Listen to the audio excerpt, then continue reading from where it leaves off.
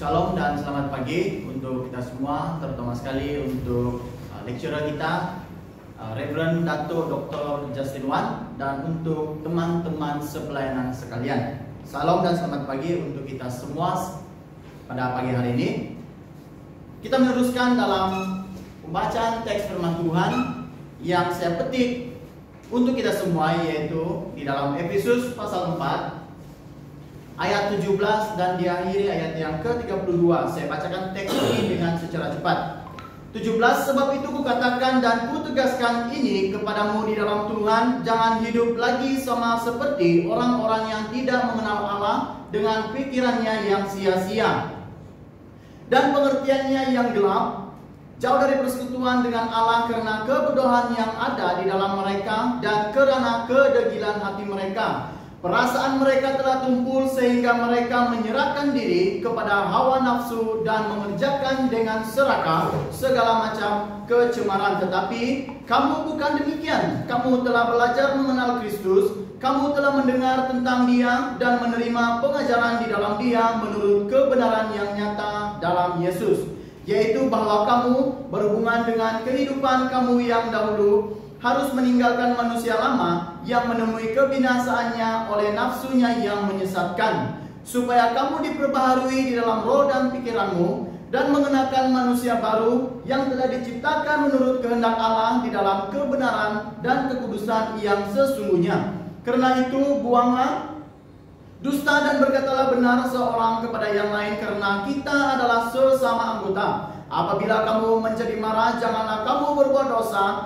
Janganlah matahari terbenam sebelum padam amarahmu, dan janganlah beri kesempatan kepada iblis. Orang yang mencuri, janganlah ia mencuri lagi, tetapi baiklah ia bekerja keras dan melakukan pekerjaan yang baik dengan tangannya sendiri, supaya ia dapat membagikan sesuatu kepada orang yang berkekurangan. 29, janganlah ada perkataan kotor keluar dari mulutmu, tetapi pakailah perkataan yang baik untuk membangun, di mana perlu, supaya mereka yang mendengarnya beroleh kasih karunia. 30, dan janganlah kamu mendukakan Roh Kudus Allah yang telah memeteraikan kamu menjelang hari penyelamatan. Segala kepahitan, kegeraman, kemarahan, pertikaian haruslah dibuang di antara kamu. Demikian pula segala kejahatan. Terakhir 32, tetapi hendaklah kamu ramah seorang terhadap yang lain, penuh kasih mesra dan saling mengampuni, sebagaimana Allah di dalam Kristus telah mengampuni kamu. Tema yang kita akan pelajari pada pagi hari ini adalah hidup benar sebagai orang Kristen. Sedikit daripada pendahuluan menurut kamus edisi kedua. Mengertikan benar sebagai tidak salah, tidak keliru, sesuatu yang benar, sesuatu yang sungguh-sungguh betul. Banyak orang Kristen hari ini sangat berbangga dengan status mereka sebagai orang Kristen. Namun dari kenyataan itu adalah berbeda dengan apa yang dikatakan. Karena banyak yang menganggap diri mereka Kristen, tetapi kehidupan mereka tidak seperti apa yang dikatakan. Nah, jadi kita telah memahami arti benar dan kebenaran dalam uraian di atas. Maka beberapa yang harus kita pelajari dan pahami, apa yang kita tahu dan apa yang akan kita mengerti hidup benar sebagai orang Kristen. Nah, beberapa poin yang harus kita pelajari. Yang pertama itu adalah meninggalkan hidup manusia lama yang terambil di ayat 17 dan 19. Nah, kita mengerti sedikit daripada apa itu menanggalkan. Kamus Bahasa Indonesia mengatakan bahwa melepaskan, menghentikan atau menghapuskan sebagai sesuatu perkara yang tidak diingini. Apakah hal yang harus ditinggalkan itu? Yang pertama, dalam 1E, jangan lagi hidup seperti orang yang tidak mengenal Allah. Rasul Paulus menegur dengan tegas dan keras kepada jemaat di Efesus agar mereka tidak lagi hidup dan berkelakuan seperti orang-orang kafir. Orang-orang kafir dalam bahasa Ibrani-nya adalah goim, dan am berbahasa Yunani ethne, dan los berbahasa Latin yaitu pagani. Jangan lagi hidup dalam pemikiran yang sia-sia, memikirkan sesuatu ke arah yang tidak berguna, tidak mendapatkan apa-apa hasil dan percuma, dan banyak lagi yang tidak berfaedah. Poin yang seterusnya 1B, jauh dari persekutuan dengan Allah dan memikirkan pikiran dan memiliki pikiran yang gelap, yaitu dalam ayat 18. Allah adalah terang Dan Allah berbicara kepada manusia melalui ciptaannya. Bumi dan surga juga membuktikan segala kemuliaannya. Mengapa demikian? Pemikiran mereka gelap. Pertanyaannya, karena mereka tidak mau percaya dan hati mereka tertutup untuk kebenaran firman Tuhan. Mereka yang dikuasai oleh pemikiran yang bodoh. Mereka tidak mau memahami dan mengerti kehidupan yang diberikan oleh Allah di dalam hidup mereka. Pikiran mereka dibutakan oleh ilah zaman, yaitu Tuhan palsu atau Tuhan yang lain. Kita lihat dalam Alkitab bersih bahasa Malaysia, yaitu 2 Korintus pasal 4 ayat 4. Mereka tidak percaya kepada berita yang kami kabarkan, karena iblis yang menguasai dunia ini menjadikan pikiran mereka tertutup. Mereka tidak dapat melihat terang cahaya yang menyinari mereka. Nah, Paulus juga menjelaskan akibat kegelapan dalam hati mereka membuat mereka menolak kebenaran Allah tersebut, sehingga mengakibatkan merasa diri tersisih jauh dari hidup persekutuan dengan Allah, karena Allah telah berpaling dari mereka. Satu sisi, perasaan mereka menjadi tumpul terambil di dalam 19 ayat 19. Kemudian perasaan mereka menjadi tumpul, yaitu susah hendak memahami. Agak bodoh, tidak ada perasaan malu lagi. Lalu menyerahkan diri mereka kepada hawa nafsu dan mengerjakan dengan serakah segala macam kecemaran, atau terus-menerus melakukan perkara yang tidak senonoh. Mereka juga hidup dalam percabulan dengan sesuka hati mereka. Justru dari kedegilan hati mereka ini membuahkan pemikiran yang gelap, sehingga akhirnya kehidupan sudah tidak lagi dapat dikendalikan dengan baik dalam hidup mereka. Yang kedua, poin yang kedua, menjadi seorang yang hidup benar di dalam Kristus haruslah mengenakan hidup yang baru. Terambil di dalam ayat 20 sehingga 32. Apa yang kita mengertikan dengan mengenakan? Menurut kamus pelajar edisi kedua, mengenakan adalah memakai, mengguna, memasang dan meletakkan sesuatu pada tubuh atau badan dengan tujuan yang baik. Saudara-saudari, manusia baru seperti apakah yang harus ada di dalam kehidupan kita hari ini, agar kita hidup benar sebagai orang Kristen yang percaya sesungguhnya. Ayat yaitu yang terdapat di dalam 2E. Hidup dalam pengajaran Allah yang benar. Ayat 20 hingga 24. Hidup kekristenan yang sebenar adalah bertentangan dengan kegelapan. Kebenaran bertentangan dengan kegelapan. Kedegilan dan kedekatan manusia kafir atau tidak percaya kepada Allah. Rasul Paulus ada membicarakan beberapa perkara yang harus disejajarkan dengan kehidupan sebagai pengikut Kristus yang sebenarnya. Antaranya adalah 2E1 MTT bahasa Ibrani, kamu telah belajar mengikuti Kristus, yang terambil dalam ayat 20. Hidup haruslah berfokus kepada Alkitab, yaitu pribadi Yesus Kristus sendiri, Sang Mesias sebagai juru selamat dunia. Nah, mengenal Yesus adalah ajaran kebenaran yang membuat kita mengerti bahwa firman itu menjadi manusia. Manusia ilahi yang telah mati, bangkit, naik ke surga dan berkuasa memerintah di bumi dan di surga. Mengembangkan hubungan pribadi kita dengan Tuhan sangat-sangat penting, saudara-saudari yang dikasihi Tuhan Yesus kita. Tanpa hubungan tersebut, sudah tentu kita tidak dapat mengenalinya. Mengenal Tuhan adalah inti dari pengajaran ajaran Kristen yang sebenar. Seterusnya, ikausate. Kamu telah mendengar tentang Dia yang terambil di dalam ayat 21E. Menurut Rasul Paulus, saat orang Kristen Efesus mendengar suara para pengajar, mereka sama dengan mendengarkan suara Kristus.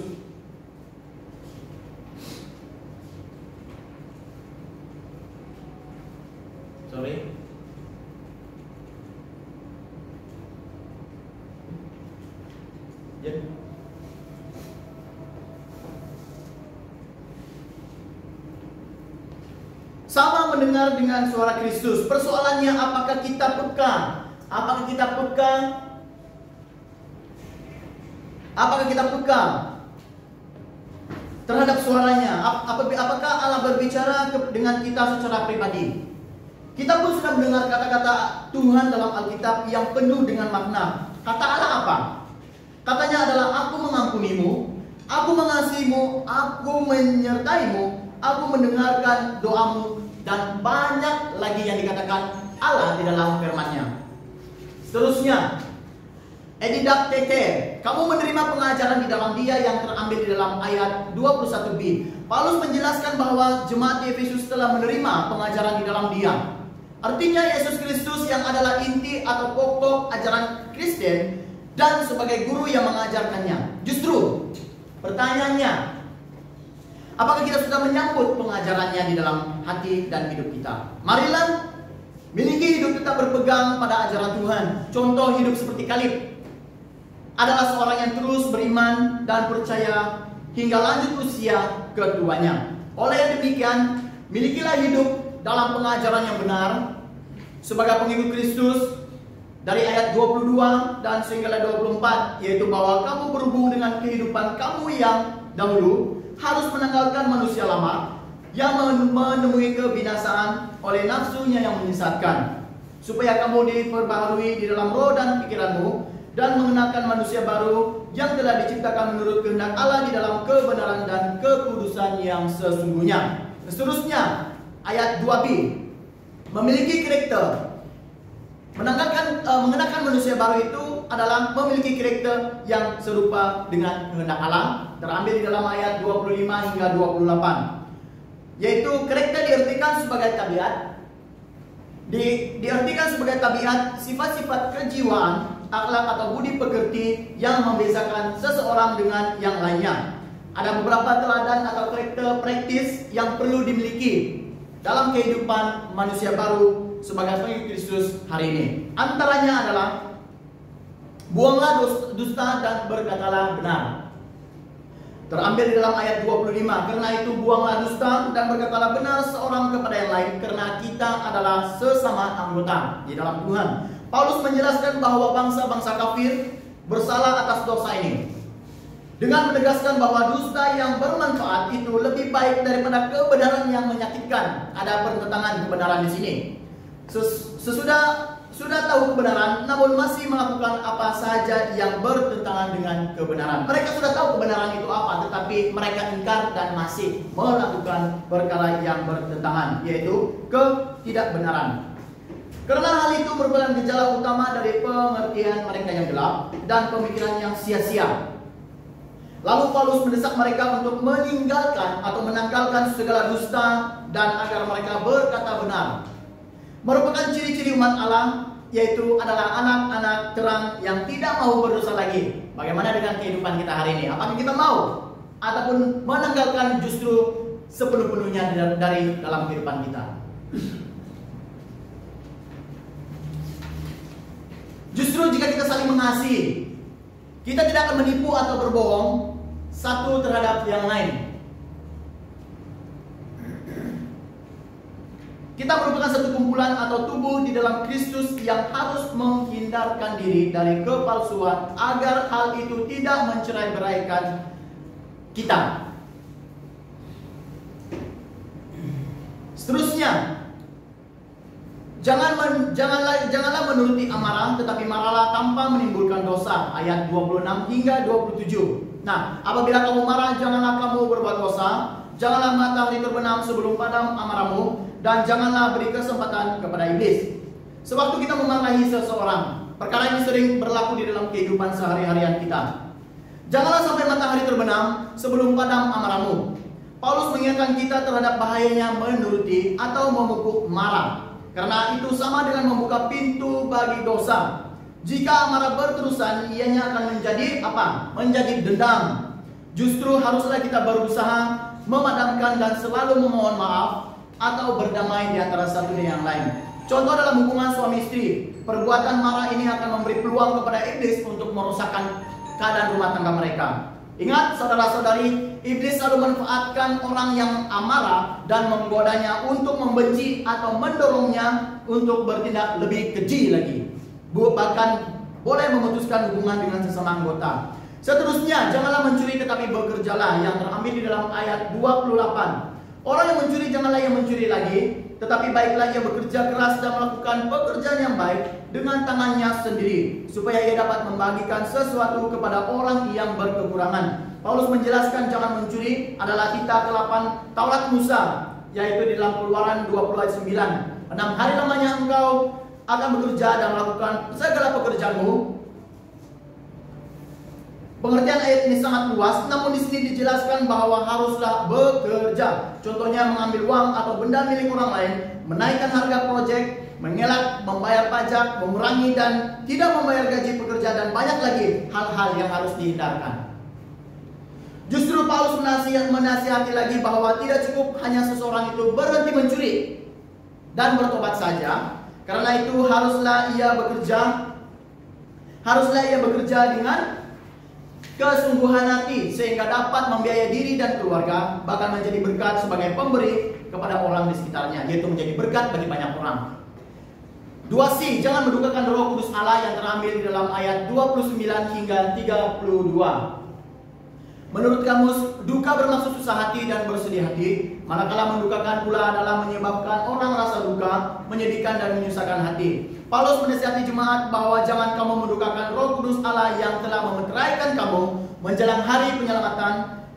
Hal ini berhubung kait dengan nasihat-nasihat Paulus pada ayat sebelumnya, yaitu di dalam ayat 29, yaitu janganlah ada perkataan keluar dari mulutmu, tetapi pakailah perkataan yang baik untuk membangun di mana perlu, supaya mereka yang mendengarnya beroleh kasih karunia. Nah, apakah perkataan yang keluar dari mulut kita membangun orang lain atau tidak hari ini, saudara-saudari?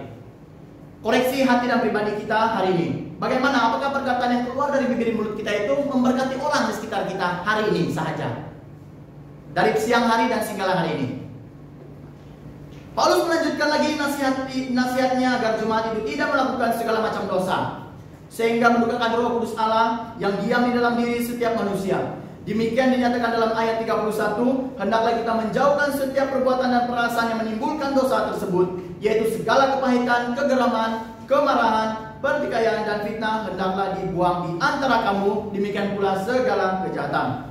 Justru menjadi orang yang hidup benar sebagai orang Kristen dijelaskan dalam ayat yang ke-32 itu, yaitu hendaklah kamu ramah seseorang terhadap yang lain, penuh kasih mesra dan saling mengampuni, seperti bagaimana Allah di dalam Kristus telah mengampuni kamu. Nah, saudara-saudari, hari ini kita sedang berhadapan dengan dua sisi kehidupan yang harus kita perhatikan, yaitu kehidupan manusia lama kita dan kehidupan manusia baru kita. Kita tidak dapat memiliki kedua-duanya sekali seandainya kita mempertahankan kehidupan manusia lama kita. Tidak mungkin kita memiliki kehidupan yang baru. Sebaliknya, jika kita mengatakan bahwa kita hidup benar sebagai orang Kristen, kita harus memiliki hidup manusia baru dan rela melepaskan atau membuang kehidupan manusia lama kita. Ada orang suka menyimpan barang-barang lama sehingga bertahun-tahun di dalam suatu bilik yang sudah lama tidak dibuka lagi. Nah, sewaktu kerja pembersihan dibuat, tempat itu penuh dengan kotor habuk, penuh dengan sarang laba-laba dan timbunan barang-barang yang sudah usang. Tempat itu sudah tidak lagi cantik dipandang mata dan tidak lagi baik untuk kesehatan karena banyaknya bakteria. Oke, maka sekarang terserah kepada tuan rumah itu, apakah masih mau menyimpan barangan yang sudah rusak, walaupun memudaratkan kesehatannya, sesak nafas, batuk, dan sebagainya. Nah, aplikasi untuk kita. Demikian nasihat dan teguran ini dapat membangun kehidupan kita agar kita tidak lagi hidup seperti orang-orang yang tidak mengenal Allah. Dengan pengertiannya yang sudah gelap karena kita sudah diberkati, dipilih, ditebus, dimeterai, dipanggil dan disatukan oleh Allah. Justru haruslah kita yang telah mengenal Kristus mengenakan kehidupan manusia baru yang tidak lagi pernah untuk sesekali berbohong, dan apabila marah itu tidak menimbulkan dosa dan tidak memberi kesempatan kepada iblis yang merusakkan kesatuan sesama kita, tidak lagi mencuri tetapi selalu bekerja keras memperbaiki kehidupan, tidak lagi mengeluarkan perkataan yang kotor dan mengesatkan hati, dan yang terpenting sekali adalah tidak melukakan Roh Kudus Allah yang berdiam di dalam diri kita dengan membuang segala kepahitan, kegeraman, kemarahan, pertikaian dan segala macam kejahatan lagi. Kesimpulannya, Bapak Ibu, saudara-saudari yang Tuhan Yesus kasihi, maka dengan ini marilah kita sebagai umat Kristen yang sudah ditebus oleh darah anak domba Allah, yaitu Yesus Kristus, hiduplah benar sebagai orang Kristen yang berpadanan dengan ajarannya. Karena Allah telah menciptakan kita menurut umatnya yang baru, yang menanggalkan kehidupan manusia lama dan mengenakan kehidupan manusia baru. Justru setiap hari kita memperbaharui kehidupan kita dengan mengingatkan bagaimana kita menghayati Kristus kebenaran yang ada pada Kristus, giat aktif dalam menerapkan dan membina jemaat yang hidup benar sebagai orang Kristen yang percaya. Amin. Terima kasih untuk perkongsian firman Tuhan dan perkongsian firman Tuhan sampai di sini. Terima kasih kepada dokter dan teman-teman sekalian. Tuhan memberkati.